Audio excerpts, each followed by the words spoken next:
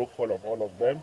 And what the chairman has assured them, Senator Mark, is that we have not come to ADC to push all of them aside or to push them aside. We are here as partners, as equal partners, and we are willing to work with them to build a formidable coalition, a formidable party that will achieve the mandate that we have set for ourselves, which is to rescue Nigeria from the ruling party. So I have a clear understanding that all the state chairmen will remain in office. But where a chairman is willing to relinquish his position for whatever reason, he's free to do so. But we are not going to ask any chairman to leave his position. That is what we have agreed.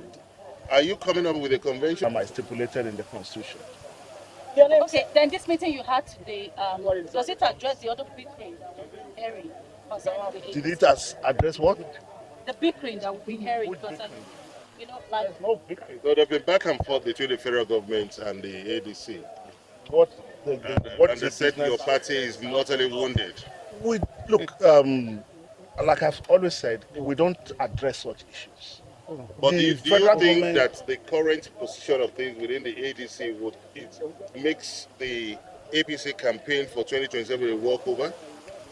I'm not sure I understand your question, but what we have maintained is that the ADC is a coalition of political parties that is out to take power from this ineffective and inefficient government of APC in 2027. So whatever opinion they hold about our coalition, don't forget, they started by saying that it was dead on arrival. Then from there, they adjusted their position, say, oh, it won't last 6 months. Okay, that's an improvement, right? But we are busy working to build our party. As you can see, what we have done today is part of the effort to build the party, to assure all members, and to strengthen our internal democracy. So we are not going to be responding to anyone who wish that this will collapse at any time, or they can continue to wish what they want, while we continue to work to strengthen our party. There's an attendance sheet that I've not looked at, but almost every state chairman is here. Almost every 37, including FCT. 37 state chairmen, including FCT, were present here. So, and the purpose is to dispel all kind of falsehood and rumors that have been going around the country that we have come to take over this party from them and to push them away. So we have invited them to this meeting to reassure them that we don't have any intention to push them away. We don't have any intention to shove them off. We are here to work with them as partners to build a strong and formidable political party. And they are assured, and they are going to leave Abuja today more confident than they were yesterday, that they are partners in the building of this coalition. But sir, what is your position, the position of this group? I always say this. I mean, we as journalists need to understand one thing. A presidential candidate is not an officer of the party. A presidential candidate is just someone who uses the platform of the party. Sir, he had some groups with him. There is nothing in the constitution of ADC that we have contravened. We are on a solid legal ground, and if anyone has any evidence to show that we have violated our own constitution, they are free to act on it. But we are not going to continue to follow people who all they want to do is to continue to make noise to say, oh, this is going on and there. So we don't have time for that. But if anybody has any evidence that we have violated our constitution, then they should bring it forward. Surely any member that is aggrieved for whatever reason will be willing to engage them to reassure them. Perhaps they are aggrieved because they don't have information. Perhaps they are aggrieved because they are afraid that they are going to lose whatever position they are holding. And that's part of the process we've started today. So if we know any such member that is aggrieved, we are willing to engage with them to reassure them. One of the chairmen. Thank you for your time. And also the forum chairman. Sir, you have been in a meeting with the leadership of the party. Yeah. So are you satisfied with the process that led to the new leadership? And then is the chairman also happy with the process? Yes, now. We have been carrying along, they carry us along, what they are going to do, how they are going to do it. We sit down together, we brainwash together. That is how we did before we come to this particular point where we are now. So are you telling us the allegiance of all the states? One of us. Everybody's, because everybody was carrying along. we are all carry along and we are part of it, and also we are also consider, and also we support, we have supported what you have coming up now. Okay, but do you have some of your members that are willing to relinquish their leadership based on the new status quo? Yes, maybe, but there's no anybody that have, none of them have come against me. Nobody have come against what I planned before the press. Thank you very much. Invited, and our duty is to be part of whatever is going to happen going forward. We've been part of this process for a year and a half. The party has done 4 NEC meetings in which we ratified the coalition. We agreed to have a coalition. The party has always been a party that says handshake is its philosophy. It's the ADC DNA. And so here, all the 36 states, including Abuja, are here, in which we ratified the coalition. We agreed to have a coalition. The party has always been a party that says handshake is its philosophy.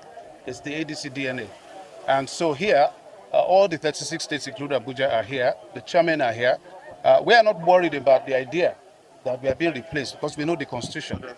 But we just want to make sure that the public understands the way we operate. And so it's a solidarity visit to our new leaders. It is also a communal visit to each other to prepare for the next steps.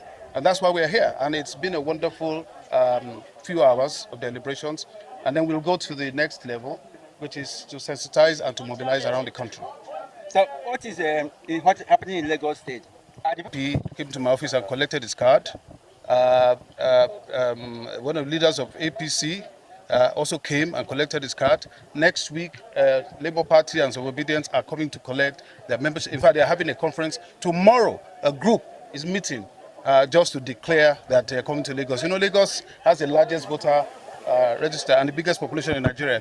And yes, it is the base of APC. That is why we are going into that battle with strategy, with wisdom, and with collective desire to get Nigeria to move from where it is to where it ought to be. That's what we represent in this coalition. So, and on this weekend, Lagos is up there. No, we ADC in Lagos, we came to a conclusion that we challenged the idea of having 57 LCDs where the Constitution recognizes 20.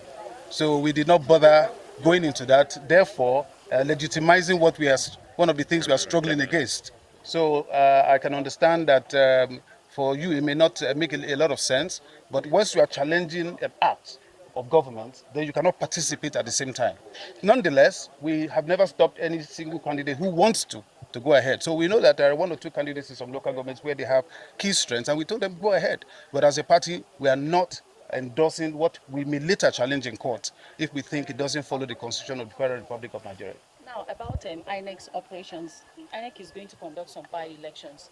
Now, are you satisfied with how INEC has conducted itself, and why did it take INEC so long to conduct these by-elections to fill vacant seats?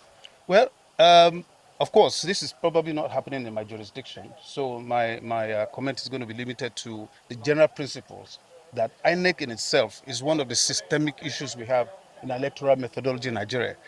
You know, the fact that the president gets to appoint the head of INEC, he gets to deploy them in various states, and so, you know, in a way, they're not able to make certain decisions on their own and say we want to do this without getting clarity, especially since they're going to be funded, you know, also through that act. So I'm not surprised.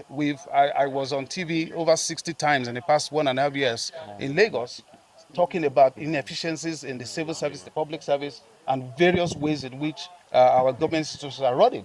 So that is why we're here. We are here to be the credible alternative to Nigeria, talking to you about why some of these things are failing and what we need to do to correct them. And so you will continue to see more of those kinds of systemic failures because the structure itself is untenable.